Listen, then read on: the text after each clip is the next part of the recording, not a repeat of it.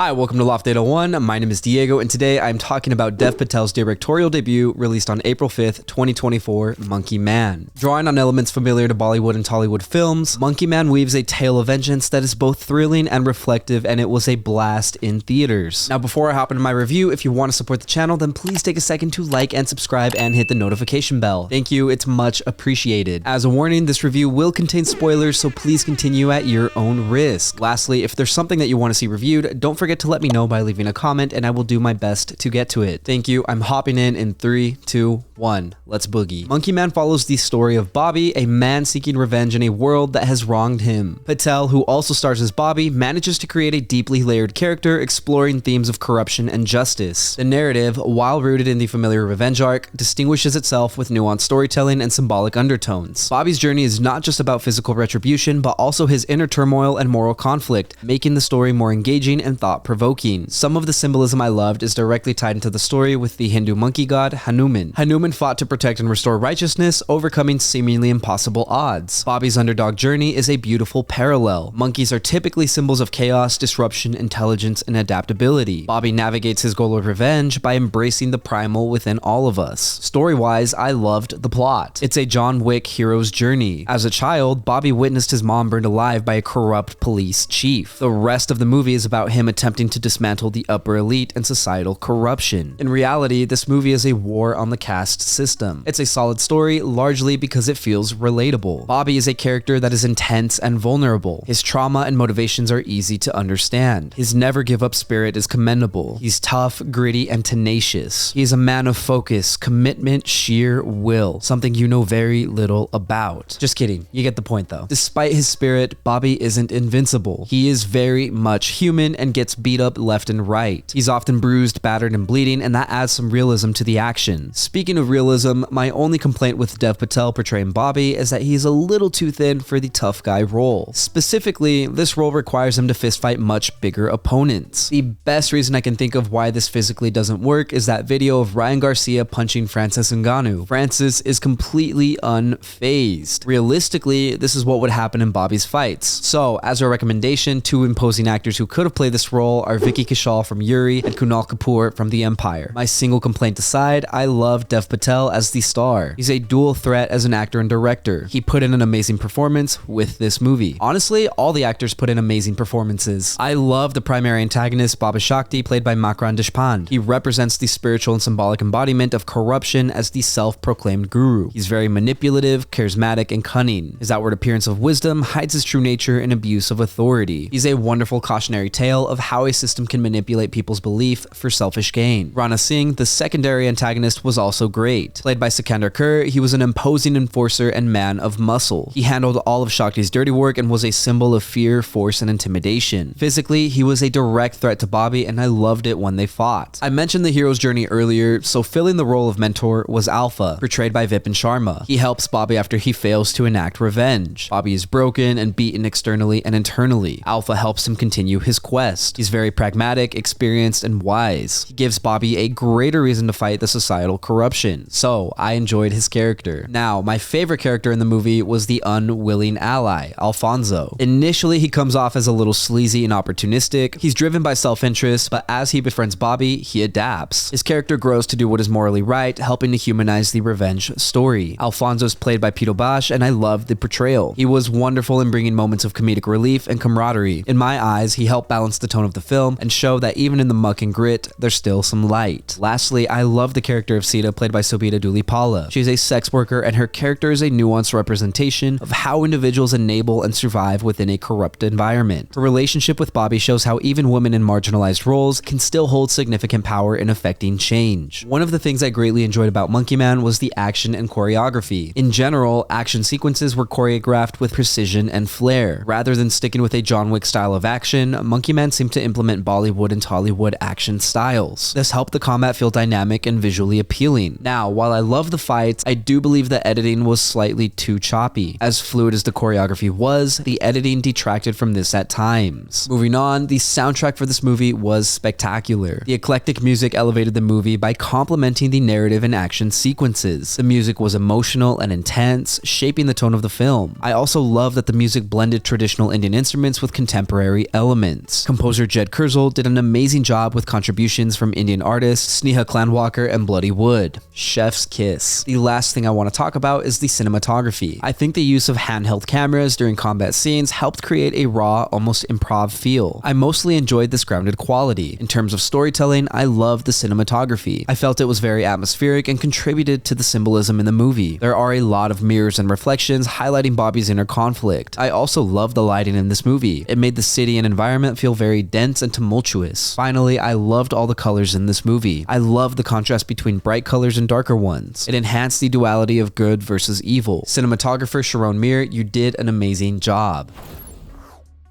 Overall, I really enjoyed Monkeyman. It delivered a unique and layered revenge story with Bobby at its core, exploring themes of corruption and justice. The film effectively intertwined symbolism, particularly the Hindu monkey god Hanuman, with Bobby's underdog journey, making the narrative more engaging and reflective. The plot, while reminiscent of a John Wick style hero's journey, brings a refreshing depth by tackling Indian societal corruption, particularly the caste system. Despite Dev Patel's commendable dual role as an actor and director, his physicality doesn't fully fit the tough guy image, and more imposing actors like Kunal Kapoor or Vicky Kaushal might have enhanced the realism. Still, Patel shines in his portrayal alongside a stellar supporting cast, with standouts including Makran Deshpande's Baba Shakti and Pito Bosch's Alfonso, who adds humor and heart to the film. The action sequences are beautifully choreographed, though slightly hampered by choppy editing. The soundtrack and cinematography elevate the experience, blending traditional Indian elements with modern flair. Overall, Monkeyman stands out for its symbolism, storytelling, and performances. For a directorial debut, it doesn't get much better than this. Dev Patel, congrats. This is one movie I was certainly glad I saw in theaters. So if you haven't seen this movie yet, then I would highly recommend it. Thank you for listening to my review of Monkeyman. If you enjoyed the content and want to support the channel, then take a second to like and subscribe. If you did not enjoy the content, thank you for sticking around. As always, I would love to read what you have to say, so leave a comment and let me know what you're thinking. Also, if you want me to review something, don't forget to let me know and I'll do my best to get to it. Lastly, if you want to see some more from me, then you can check out my vlogs linked up above or my podcast, Good Friends. Again, thank you for watching. My name is Diego and I will see you next time.